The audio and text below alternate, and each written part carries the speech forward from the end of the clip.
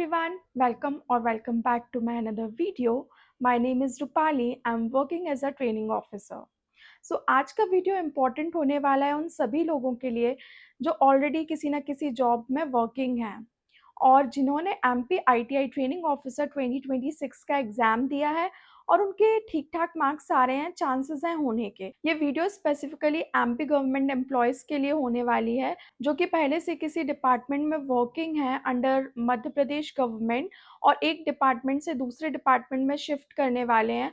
उनके लिए कैसे ये ट्रांज़िशन स्मूथ हो, उसमें क्या-क्या रिक्वायरमेंट्स होती हैं, वो सभी चीज़ें आज हम डिस्कस करेंगे।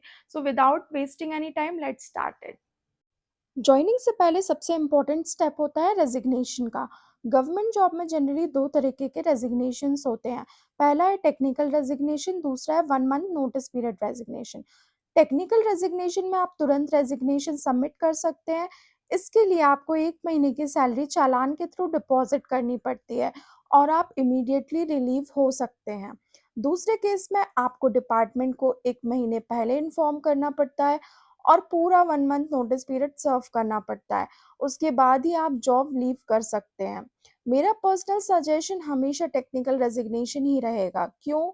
क्योंकि एमपी में कब एग्ज़ाम हो जाए, कब रिज़ल्ट रिवाइज़ हो जाए, काउंसलिंग डिले हो जाए और पोस्टिंग रुक जाए, कुछ भी फिक्स नहीं होता।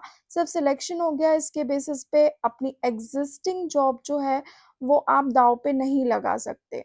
इसलिए जब आपका फाइनल पोस्टिंग ऑर्डर आ जाए और जॉइनिंग कंप्लीटली कन्फर्म हो जाए, तभी उसी दिन टेक्निकल रेज़िग्नेशन दीजिए, 1 महीने की सैलरी डिपॉज़िट कीजिए और फिर नई पोस्ट जॉइन कर लीजिए। एक गलत टाइमिंग का रेज़िग्नेशन आपको बिना किसी जॉब के भी छोड़ सकता है, इसलिए डिसीज़न सोच समझ के लीजिएगा। अब बात करते हैं जॉइनिंग से पहले के कुछ बहुत इम्पोर्टेंट डॉक्यूमेंट्स की, क्योंकि इसको लेके एस्पिरेंट्स के काफ़ी सारे डाउट्स आ रहे थे।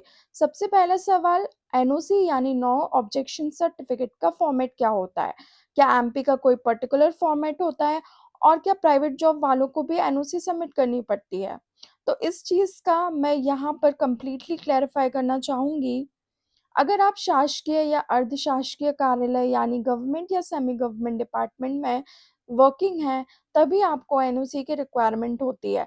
लेकिन अगर आप किसी प्राइवेट जॉब में हैं, तो जनरली आपको एनओसी सबमिट करने की कोई भी रिक्वायरमेंट नहीं होती है। आई होप आपको ये चीज़ क्लैरिफ़ाई हो गई होगी। इस वीडियो को बनाने का पर्पज़ मेरा यही था कि आपके जो डाउट्स हैं, उनको मैं क्लैरिफ़ाई कर सकूँ। अभी बहुत सारी चीज़ें और हैं, जो मैं आपको बताना चाहती हूँ, but we will discuss it in next video. So that's all about this video. Thank you so much.